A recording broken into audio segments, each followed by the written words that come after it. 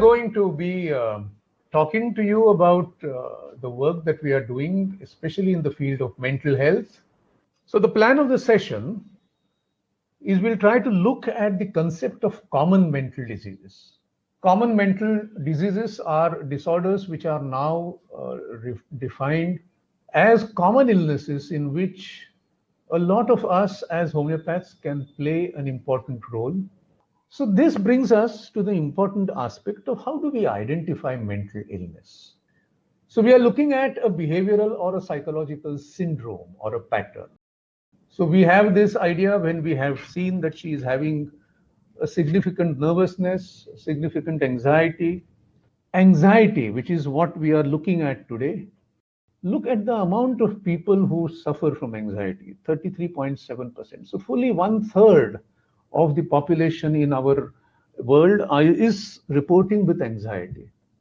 Here you are able to see in the US the point past year prevalence of anxiety, and you see that over a wide age spectrum, both in the males and the females, unfortunately more in females, that you will find that anxiety prevails. So you are able to see that mental health and morbidity are becoming very, very close. So this was a 20-year-old college student who was referred by her teacher. On going a little deeper, we saw that this was not the first time that she was developing nervousness. She had a past history of examination-related anxieties and headaches since she was in the 8th standard. The academic situation was good to begin with, and gradually, as you see, in the college, she faced a teacher who scolded her, and that lost her confidence. So now look at the progress of the complaints. We have the exam anxiety, we have the headaches, which goes on to weeping spells which last for 5 years, and then she lands up in our consulting chamber.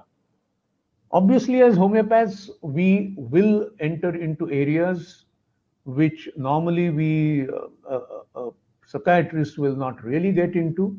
So we are looking into the concomitants that we look at. We see the profuse and frequent menses. So here you are able to see a problem where there is an academic issue, there is a social issue, there is a family problems, and there are a number of physical complaints. So when we are looking at this patient, so we listen to the patient, we look at the counseling, we look at the diet, we look at the exercise, we look at the reading habits, studying habits. We caution against socialization and the media, sensible use of the media. And we also need to speak to the parents.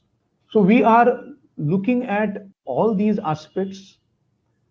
And of course, we are looking at the homeopathic remedy. We are not going to go into the details of the homeopathic remedy, but this patient had received natrum phos.